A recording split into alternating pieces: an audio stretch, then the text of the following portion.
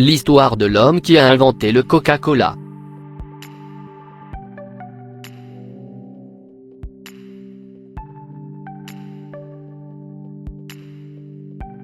Pour connaître la naissance de la boisson la plus connue au monde, il faut remonter à la fin du 19e siècle.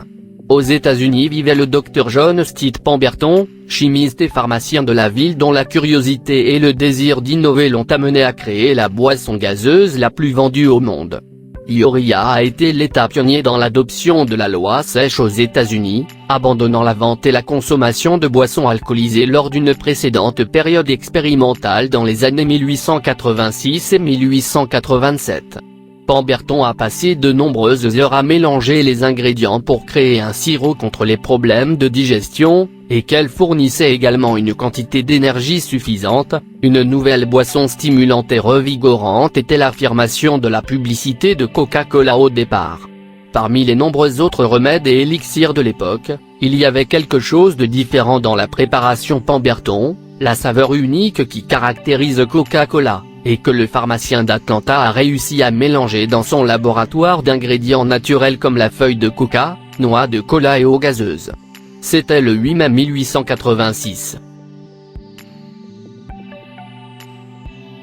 Le sirop dans un pot, Pemberton se dirigea vers la désormais célèbre Jacob Pharmacy, où chaque verre de sirop avec de la glace et de l'eau gazeuse commença à se vendre au prix de 500. Petit à petit, cette nouvelle boisson se fait une place dans la société locale et s'infiltre dans la vie quotidienne des Nord-Américains. Frank Robinson, le comptable de Pemberton, a suggéré le nom sous lequel la boisson est devenue connue, et il a même dessiné le logo en pensant que les deux majuscules s'écriraient un design frappant dont tout le monde se souviendrait. Tout au long de 1888, le Dr Pemberton vendit de petites portions de son entreprise et, peu de temps avant sa mort, son sens des affaires lui fit acheter des droits supplémentaires et en prendre le contrôle. Pemberton est mort sans connaître le succès mondial de la boisson qu'il avait créée. Le mythe de la recette Coca-Cola est né en 1892, quand Isaac Handley a introduit quelques changements dans la composition originale et les a secrètement transmis à ses fils et héritiers. De cette façon, il seul pouvait faire la boisson réussie. En 1895, Coca-Cola a cessé d'être une préparation médicinale pour devenir l'une des boissons les plus populaires en Amérique du Nord. Son slogan est devenu délicieux et rafraîchissant, et les usines ont commencé à se répandre en dehors d'Atlanta, se développant à travers les États-Unis, United, Mexique et Canada. Déjà au début du XXe siècle, Coca-Cola voulait non seulement que la saveur de la boisson soit clairement identifiable et unique, mais aussi sa bouteille. Elle devrait être courbée, très reconnaissable et même dans le noir ou cassée, et elle ne devrait pas avoir d'étiquette en papier. L'entreprise a donc contacté 10 entreprises verrières et les a mises au défi.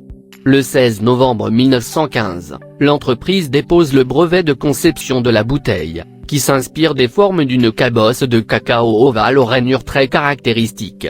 Cette conception a été clairement gagnante lorsque les responsables de Coca-Cola et de ses partenaires d'embouteillage se sont rencontrés au début de 1916, pour choisir la bouteille qu'ils utiliseraient par la suite, bien qu'il ait été convenu que les formes seraient légèrement lissées pour faciliter la production, ce lieu de conception que nous connaissons et reconnaissons tous aujourd'hui. Aujourd'hui, plus de 130 ans après le génie de Pemberton, nous pouvons encore respirer cet esprit d'entreprise capable d'inspirer des moments d'optimisme et de bonheur, et bien sûr de rafraîchir le monde. Et c'est que pendant tout ce temps Coca-Cola n'a cessé d'évoluer et de continuer à parcourir le chemin de l'innovation que l'inventeur d'Atlanta a ouvert.